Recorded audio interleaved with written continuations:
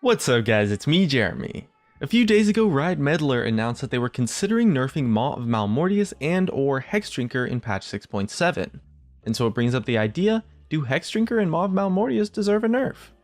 Also, just a heads up, when this video goes live, I'll be giving away $100 of RP and some Steel Series pieces with some friends, and it's super easy to enter, so just check the link in the description.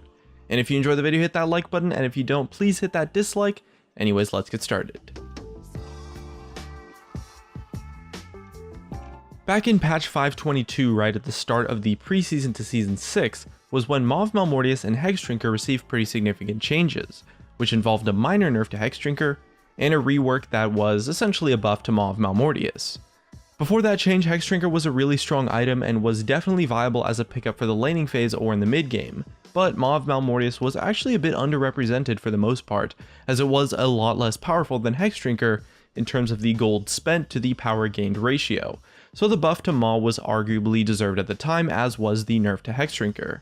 However, after the buff, Maw evolved from this niche late game pickup to a seriously strong option, comparable to Zhonya's almost, for AD champions in the sense that versus AP, you pretty much always pick it up. And with the Hexdrinker component being such a powerful option, it gives you a huge advantage in those matchups, especially for mid laners like Talon and Zed facing AP champions. So based on the history of the two items, it's definitely important to look at them separately, because although Hexdrinker might just be a cheap part to the larger item that is Maw, the fact is that you can pick it up as early as your first back during the laning phase, which means that it can be as much if not more impactful to your situation and your lane.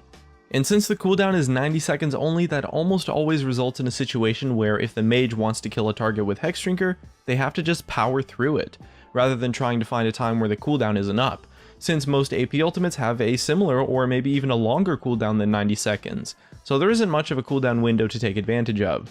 Or you have to find a way to proc it without using your ultimate, which can be pretty tough, and it forces the mage player into a really difficult playstyle to pull off, with the exception of a few champions that have shorter cooldowned ultimates. Now the main thing to understand here is that the way magic damage works is a whole lot different to how attack damage works. Magic damage is almost entirely burst oriented and cooldown based, which means that any shield of some sort is an incredible counter, because if you tank the burst of an AP champion out, you're good to go until their cooldowns come back up, whereas attack damage is able to pump out sustained DPS with auto attacks. So the shield on these items gives you a huge amount of legroom to work with when facing an AP champion, and the raw combat value the item provides is honestly just insane. Being able to tank out the burst of an AP champion, especially in the early game when the mages are just working with their base damages and not that much AP at all, is an extremely powerful effect, and in combo with the magic resistance, Hexdrinker and Maw gives absurd combat effectiveness versus an AP champion. And Hexdrinker is a big reason why AD champions tend to have a lot of strong matchups in the mid lane. As well, the big thing that Maw has over Hexdrinker is the Life Grip passive that grants 25% attack speed, 10% lifesteal, and 10% spell vamp when the shield procs. And that component of the item synergizes incredibly well with the shield since it procs but also comes with the huge boost of survivability. And with that said, remember that both Hexdrinker and Maw are just about 100% gold efficient, so despite providing an incredibly useful ability, they aren't sacrificing that much at all in the stats compartment for it. But at the same time, there's no doubt that Zhonya's is a great item on the flip side that does kind of like the same thing that Maw does but on the opposite end of the spectrum. So Maw and Hexdrinker do have a place in League of Legends, it's just a little bit difficult to measure the power ratios between the two spectrums. And this kind of item hurts certain styles of mages quite a bit. Ever since Season 6 began, mages have taken a fair hit overall as a result of the item changes, as most of the attack damage items were buffed or were given more options, while the mage items remained the same or received nerfs.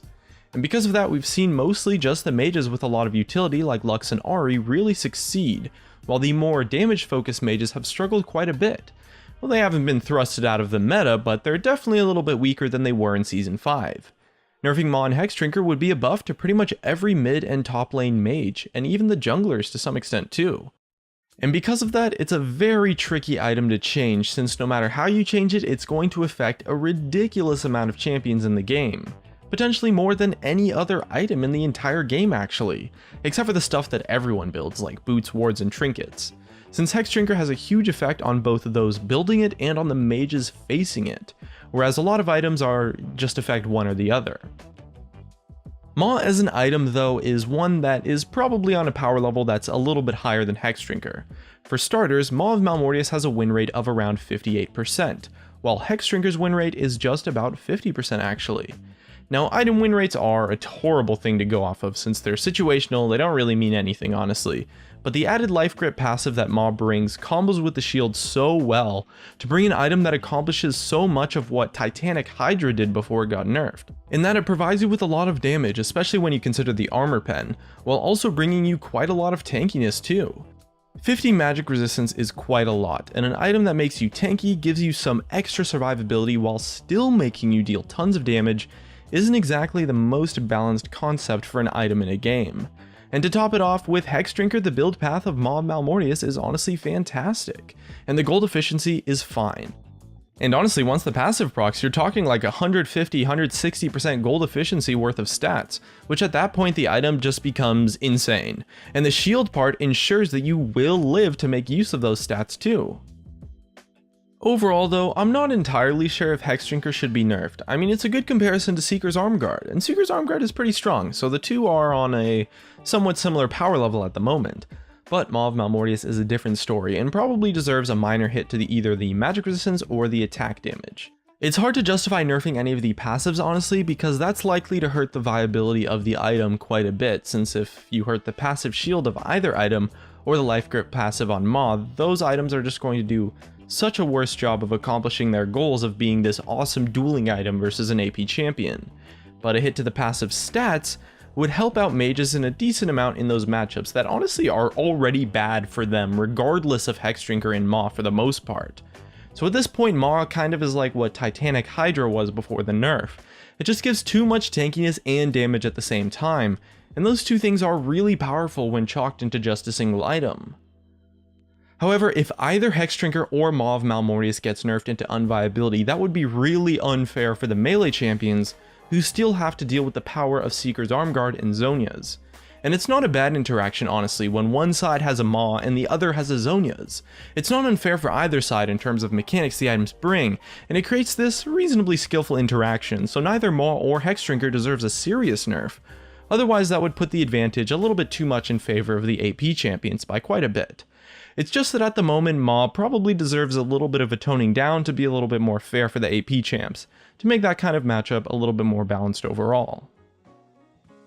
And that's just about it.